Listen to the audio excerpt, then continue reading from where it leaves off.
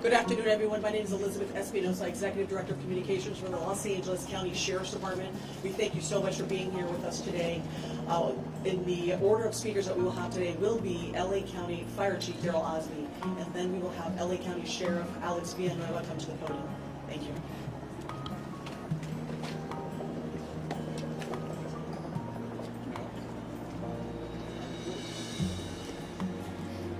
Let's go live with Chief Daryl Osby of the County Fire Department. Good afternoon. My name is Daryl Osby, and I'm the Fire Chief of the Los Angeles County Fire Department. I want to thank you for coming here to today's briefing of the Willow incident.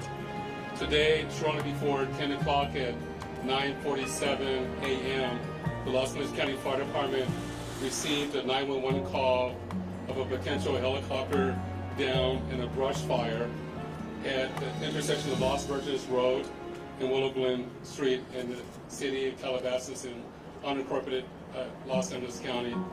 Upon arrival, our firefighters discovered approximately a quarter-acre brush fire that resulted from a crash on the hillside.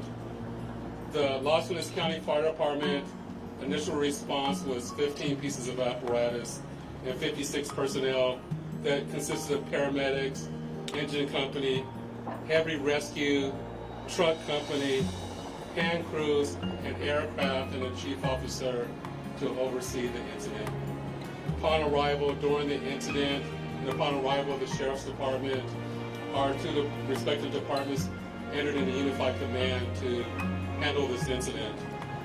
Our firefighters on scene indicated that there was a debris field in steep terrain with a quarter-acre brush fire that was occurring at the time. Our firefighters hiked in to the accident site with their medical equipment and hose lines to extinguish the stubborn fire, as it included the brush fire, debris from the helicopter, and the fire also included magnesium, which is very hard for our firefighters to extinguish because magnesium reacts with oxygen and water. In addition to our firefighters hiking into the incident, we had one helicopter flying to the incident with firefighter paramedics on board. Those paramedics were hoisted down to the incident early into the incident. They did a search of the area for survivors. Unfortunately, all the survivors on board were determined to have been perished. Firefighters and hand crews worked to extinguish the fire while carefully preserving the incident for investigation. Currently, this investigation is still ongoing. I would like to turn this over to my sheriff to continue the press briefing.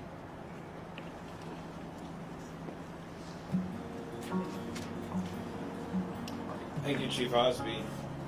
Personnel from Los Angeles Sheriff's Station responded to the scene of the crash site and assisted the fire department, and we've established a containment area, and now our Aero Bureau has a handle on traffic or aircraft accidents. However, when there's a fatality, then it switches to the National Transportation Safety Bureau, the NTSB, and the Federal Aviation Administration, the FAA. The FAA is already on scene and assisting. We're waiting the arrival of the coroner's office to assist in the recovery of the remains. As the chief indicated, there were no survivors. We have a manifest that indicates there was 9 people on board the aircraft, the pilot plus 8 individuals. There is wide speculation of who the identities are. However, it would be entirely inappropriate right now to identify anyone by name until the coroner has made the identification through their very deliberative process, and they've made notifications to next of kin. And it'd be extremely disrespectful to understand that your loved one was perished and you learn about it from TMZ. That is just wholly inappropriate, so we're not going to be going there. We're going to wait till the coroner does their job, and we're assisting the families of those who believe they've been impacted, and it's a tough process. And our hope goes out to all of the members who were on board, all the families of everyone who was on board this aircraft, and God bless their souls. So at this point in time, we have nothing that we can add until the coroner does their job, and we'll be making those notifications when we have the information we know the next of kin have been notified, then we can release the information publicly. And you'll be notified in subsequent announcements. Sheriff, there's one thing you can confirm. Do we have a 9 bodies? confirmation actually of 9 bodies there at the scene? That is our belief, yes. So we realize at this point there are so many questions. There's a lot of information out there, and again, we understand. There's a lot of information that's floating, but we certainly have a responsibility and an obligation, out of respect, of course, for the families. And this is a very difficult time for us all, for the city. We have the mayor here of Calabasas, also sitting. We thank them for being here, and in fact, they wanted to pass on a message that for those in the community that want to gather here and are coming to Calabasas, if you do, you are welcome to join others at the Pianza Park here in Calabasas, and the cross streets there are Los Hills and Las Virgenes.